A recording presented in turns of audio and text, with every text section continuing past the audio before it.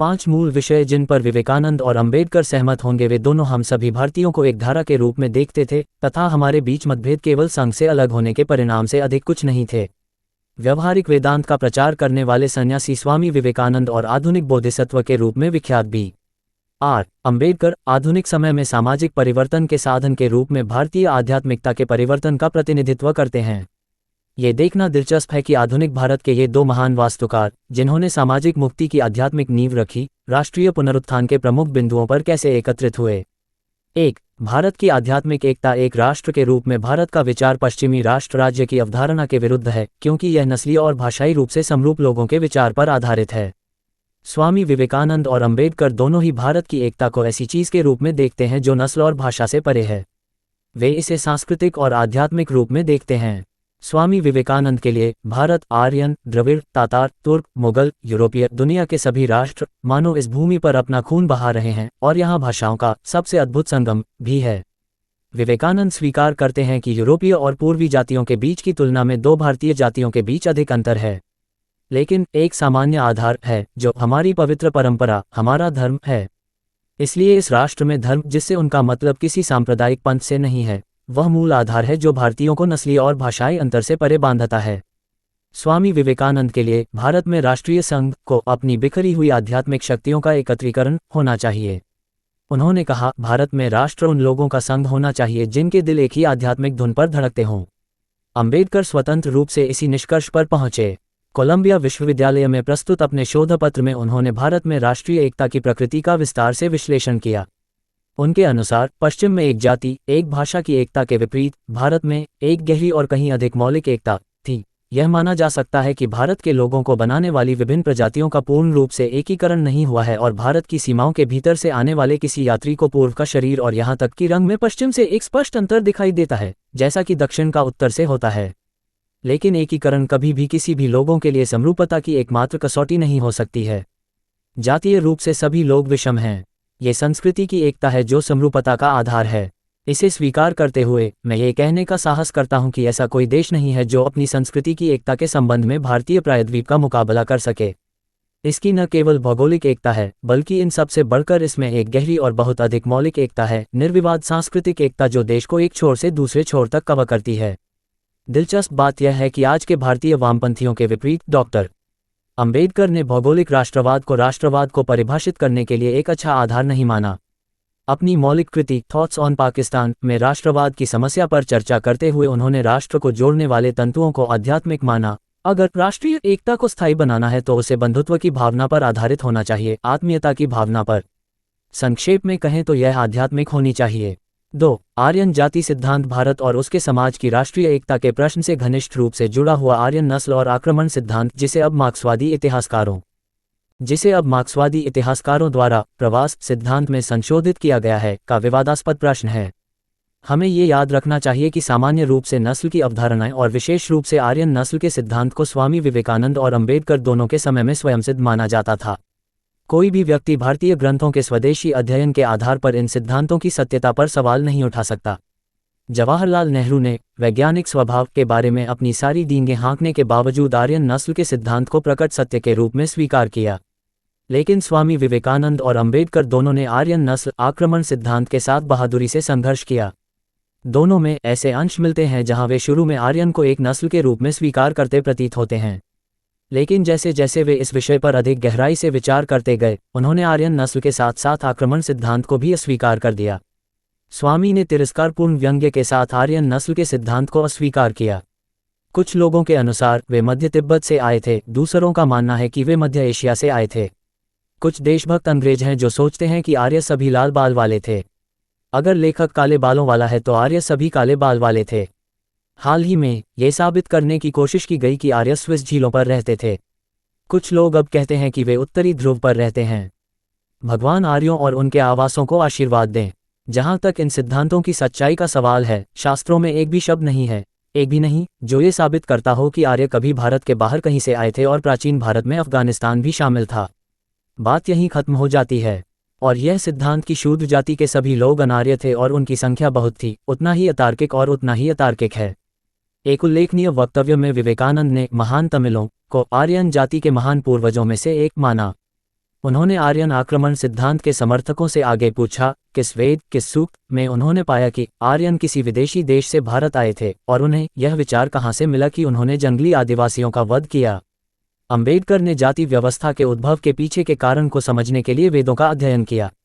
एक अच्छे समाज वैज्ञानिक की निष्पक्षता के साथ उन्होंने प्राचीन भारतीय समाज के बारे में हर मौजूदा ढांचे का अध्ययन किया।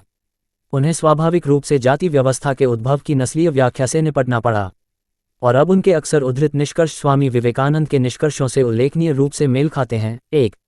वेद आर्य जाति जैसी किसी जाति को नहीं जानते। 2. वेदों में इस बात का कोई प्रमाण नहीं है कि आर्य जाति ने भारत पर आक्रमण किया और दासों और दस्युओं पर विजय प्राप्त की, जो भारत के मूल निवासी माने जाते थे। 3. ये दिखाने के लिए कोई प्रमाण नहीं है कि आर्यों, दासों और दस्युओं के बीच का भेद नस्लीय भेद था। 4. वेद इस दावे का समर्थन नहीं करते कि आर्यों का रंग दासों और दस्युओं से अलग था। अंबेडकर ने ऋग्वेद पुरुष सूक्त को छोड़कर को एकता की भावना और चेतना के रूप में देखा, जिसमें विभिन्न जनजातियों को मिलाकर एक इंडो आर्यन राष्ट्र का निर्माण किया गया था। अनिवार्य रूप से यह एकता और चेतना की भावना थी जिसे उन्होंने पूरे हिंदू समाज के लिए चाहा था। अस्पृश्यता के उद्भव के अपने विश्लेषण में अछूत वे कौन थे? उन्होंने पूरे भारत को तमिल या प्रोटो तमिल भाषी लोगों से आबाद माना, जो विभिन्न जातियों के बजाय विविध सांस्कृतिक समूहों में विविधतापूर्ण हो गए। यहाँ तक कि उन्होंने इसे अस्पृश्यता या जाति की उत्पत्ति से नहीं जोड़ा। यदि ब्राह्मण आर्य हैं तो अछूत भी आर्य हैं। यदि ब्राह्मण द्रविड़ हैं तो अछूत भी द्रविड़ हैं। यदि ब्राह्मण नाग हैं तो अछूत भी नाग हैं। ऐसे तथ्य होने के कारण अस्पृश्यता की उत्पत्ति का जाति सिद्धांत गलत आधार पर आधारित कहा जाना चाहिए। 3. संस्कृत का महत्व और उपयोगिता। जैसे जैसे आधुनिक राष्ट्र निर्माण की प्रक्रिया शुरू हुई, स्वामी विवेकानंद और अंबेडकर दोनों ने अपने अपने तरीके से भारतीय जनता के सांस्कृतिक और सामाजिक एकीकरण की खोज शुरू कर दी। आध्यात्मिक और सांस्कृतिक रूप से जनता को सशक्त बनाने और जन्म आधारित अक्षमताओं और भेदभावों को दूर करने के लिए जो सामाजिक ठहराव ने पैदा किए थे, उन्होंने मुक्ति के एक आदर्श साधन के रूप में संस्कृत की वकालत की। विवेकानंद ने संस्कृत शिक्षा में एक सामाजिक मिशन देखा। मेरा विचार सबसे पहले एक सामाजिक मिशन देखा। मेरा विचार सबसे पहले आध्यात्मिकता के रत्नों को बाहर निकालना है, उस और भी दुर्गम छाती से जिस भाषा में वे सुरक्षित हैं, सदियों के संस्कृत शब्दों की जड़ता से। एक शब्द में मैं उन्हें लोकप्रिय बनाना चाहता हूँ। इस मार्ग में सबसे बड़ी कठिनाई संस्कृत भाषा है, हमारी गौरवशाली भाषा, और यह कठिनाई तब तक दूर नहीं हो सकती यदि यह संभव है जब तक कि हमारा पूरा देश अच्छे संस्कृत विद्वान न हो जाए। संस्कृत शिक्षा को इसके साथ साथ जारी रखना चाहिए, क्योंकि संस्कृत शब्दों का उच्चारण ही जाति को प्रतिष्ठा, शक्ति और ताकत देता है। भारत के निम्न वर्गों को ऊपर उठाने के महान रामानुज और चैतन्य और कबीर के प्रयास बताते हैं कि उन महान पैगंबरों के जीवन काल में अद्भुत परिणाम प्राप्त हुए थे। ऐसा लगता है कि अंबेडकर ने स्वामी विवेकानंद से प्रेरणा ली थी। बाबा साहेब की राय में फारसी की संस्कृत से कोई तुलना नहीं है, क्योंकि उनके अनुसार संस्कृत महाकाव्यों का स्वर्णिम खजाना, व्याकरण, राजनीति और दर्शन का उद्गम स्थल और तर्क, नाटक और आलोचना का घर है।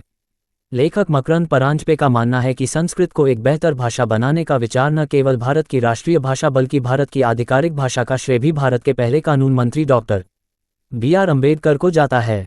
अगस्त 1947 में भारत की स्वतंत्रता के बाद भारतीय संविधान सभा ने भाषा के सवाल पर व्यापक रूप से बहस की थी। महीनों की बहस के बाद देवनागरी लिपि वाली हिंदी स्पष्ट रूप से पसंदीदा भाषा के रूप में उभरी। इस आशय का एक मसौदा तैयार किया गया था, जिसमें अतिरिक्त 15 वर्षों की अवधि के लिए आधिकारिक उद्देश्यों के लिए अंग्रेजी का उपयोग जारी रखने की शर्त थी।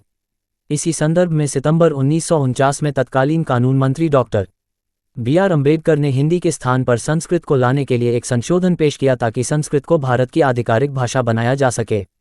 4. रूपांतरण। भारत में धर्म परिवर्तन को लेकर हमेशा से ही गर्मागर्म बहस होती रही है। जबकि अब्राहमिक धर्मों के एजेंटों ने दावा किया है कि धर्म परिवर्तन इसलिए होता है क्योंकि लोग जाति व्यवस्था के अत्याचार से बचना चाहते हैं, अम्बेडकर ने धर्म परिवर्तन के सवाल को सीधे तौर पर उठाया। अगर हिंदू समाज को छुआछूत और जातिवाद की बुराई से छुटकारा पाना है तो धर्म परिवर्तन का सहारा लेना होगा। लेकिन अम्बेडकर ने चेतावनी दी कि सामाजिक मुक्ति के लिए धर्म परिवर्तन में राष्ट्रीय सुरक्षा को प्राथमिकता दी जानी चाहिए। उनके शब्दों में, धर्म परिवर्तन का पूरे देश पर क्या असर होगा, ये ध्यान में रखना चाहिए। इस्लाम या ईसाई धर्म अपनाने से दलित वर्ग का राष्ट्रविहीनीकरण हो जाएगा। अगर वे इस्लाम अपनाते हैं तो मुसलमानों की संख्या दोगुनी हो जाएगी और मुस्लिम वर्चस्व का खतरा भी वास्तविक हो जाएगा। अगर वे ईसाई धर्म अपनाते हैं तो ईसाइयों की संख्या 5 से 6 करोड़ हो जाएगी। इससे देश पर ब्रिटेन की पकड़ मजबूत होगी। अम्बेडकर के इस कथन को स्वामी विवेकानंद की इस रहस्यमयी टिप्पणी पर टिप्पणी के रूप में देखा जा सकता है कि हिंदू धर्म से बाहर जाने वाला हर व्यक्ति न केवल कमतर होता है बल्कि और भी अधिक दुश्मन बन जाता है। स्वामी विवेकानंद और अंबेडकर दोनों ने ये भी महसूस किया कि हिंदू धर्म के लिए सामाजिक रूप से स्थिर धर्म बनने के बजाय एक मिशनरी धर्म बनना बेहतर होगा। स्वामी विवेकानंद ने भी अपने शिष्यों को बताया कि अतीत में जन्मजात विदेशी लोगों का धर्मांतरण किया गया है। अंबेडकर का मानना था कि जब हिंदू धर्म मिशनरी धर्म नहीं रहा तब जाति व्यवस्था और सामाजिक जड़ता समाज में जड़ जमा चुकी थी। एक रूपक में यह आज कई लोगों को चिंतित कर सकता है और घर वापसी के समर्थकों को खुश कर सकता है। अंबेडकर हिंदू संस्कृति को अपना घर मानते थे। ईसाई धर्म में धर्मांतरण के विचार को खारिज करते हुए उन्होंने समझाया कि बौद्ध धर्म में धर्मांतरण करना अपने घर में एक कमरे से दूसरे कमरे में जाने जैसा है, लेकिन ईसाई धर्म में धर्मांतरण करना दूसरे घर में जाने जैसा है, निश्चित रूप से अधिक कठिन। डॉक्टर अंबेडकर द्वारा स्वामी धर्मतीरथ को जी एलोसियस द्वारा उद्धृत 5 स्वतंत्रता और समानता के लिए एक भारतीय आध्यात्मिक आधार। स्वामी विवेकानंद ने सभी लोकतांत्रिक आंदोलनों में अद्वैत की भावना देखी, एकता के प्रति अंतर्निहित मानवीय आध्यात्मिक आवेग। ये भारतीय दर्शन का निर्देश है। यह एकता ही सभी नैतिकताओं और सभी आध्यात्मिकता का तर्क है। यूरोप आज इसे उतना ही चाहता है जितना कि हमारे दलित लोग चाहते हैं, और यह महान सिद्धांत अभी भी अनजाने में इंग्लैंड, जर्मनी, फ्रांस और अमेरिका में आने वाली सभी नवीनतम राजनीतिक और सामाजिक आकांक्षाओं का आधार बन रहा है। और मेरे दोस्तों, इस बात पर ध्यान दें कि स्वतंत्रता के लिए, सार्वभौमिक स्वतंत्रता के लिए मनुष्य के संघर्ष को व्यक्त करने वाले सभी साहित्य में और उसके माध्यम से आप बार बार भारतीय वेदांत के आदर्शों को प्रमुखता से सामने आते हुए पाते हैं। और उन्होंने अद्वैतवादी अनुभव को सभी नैतिक प्रणालियों का आधार माना। ऐसे क्षण आते हैं जब हर व्यक्ति को लगता है कि वह ब्रह्मांड के साथ एक है और वह इसे व्यक्त करने के लिए आगे बढ़ता है, चाहे वह इसे जानता हो या नहीं। एकता की इस अभिव्यक्ति को हम प्रेम और सहानुभूति कहते हैं, और यह हमारी सभी नैतिकता और नैतिकता का आधार है। इसे वेदांतिक दर्शन में प्रसिद्ध सूत्र तत्वमसि तू ही वह है द्वारा अभिव्यक्त किया गया है। ब्रह्म के हर मनुष्य का सार होने के कारण और सभी मानवता उसी ब्रह्म का हिस्सा है का वही नैतिक और सामाजिक प्रभाव बाबा साहेब अंबेडकर की नज़र से नहीं छूटा, जिन्होंने इसमें सामाजिक लोकतंत्र का आध्यात्मिक आधार पाया। वे ब्रह्म की अवधारणा को ब्रह्मवाद कहते हैं। उन्होंने ये शब्द एडवर्ड वॉशबर्न हॉपकिंस की कृति the great epic of India, character and origin of the Mahabharata से उधार लिया था। ईसाई धर्मशास्त्रियों की इस आलोचना को खारिज करते हुए कि महावाक्य अहम ब्रह्मास्मि अहंकारी और निर्लज है, अंबेडकर महावाक्य का दृढ़ बचाव करते हैं। लोकतंत्र की मांग है कि प्रत्येक व्यक्ति को अपनी योग्यता को पहचानने का हर अवसर मिले। इसके लिए ये भी आवश्यक है कि प्रत्येक व्यक्ति को ये पता हो कि वह दूसरों की तरह ही अच्छा है।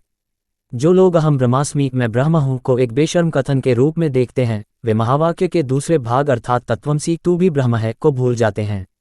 यदि अहम ब्रह्मास्मि तत्वमसि के संयोजन के बिना अकेले खड़ा होता तो शायद उस पर उपहास करना संभव होता, लेकिन तत्वमसि के संयोजन के साथ स्वार्थी अहंकार का आरोप ब्रह्मवाद के खिलाफ नहीं टिक सकता।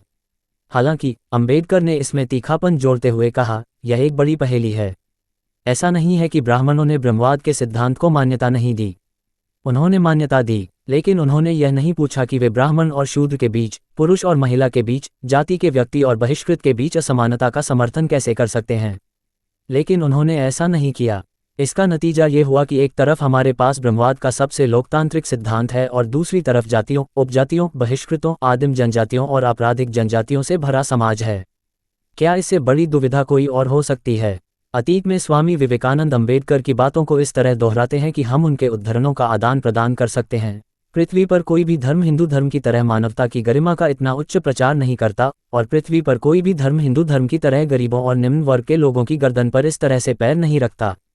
भगवान ने मुझे दिखाया है कि धर्म में कोई दोष नहीं है, बल्कि हिंदू धर्म में पाखंडी फरीसी और सदुकी हैं, जो पारमार्थिक और व्यवहारिक सिद्धांतों के रूप में अत्याचार के सभी प्रकार के साधनों का आविष्कार करते हैं।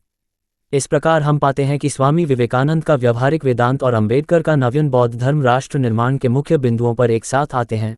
राष्ट्रीय एकता का आध्यात्मिक आधार, भारतीय सामाजिक संरचना की नस्लीय व्याख्या की अस्वीकृति, भारतीयों को सशक्त बनाने में संस्कृत का महत्व, सामाजिक मुक्ति के लिए अब्राहमिक धर्मों में धार्मिक रूपांतरण की अस्वीकृति, और सबसे महत्वपूर्ण बात यह है कि भारत के सच्चे आध्यात्मिक मूल्यों पर आधारित सामाजिक जीवन का निर्माण और कार्यान्वयन, जैसा कि उपनिषदों और बुद्ध में निहित है।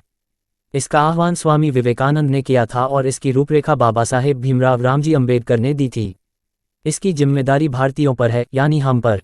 सूचना सिर्फ मान्यताओं और जानकारियों पर आधारित है। यहाँ ये बताना जरूरी है कि यह मेरा वीडियो किसी भी तरह की मान्यता, जानकारी की पुष्टि नहीं करता है।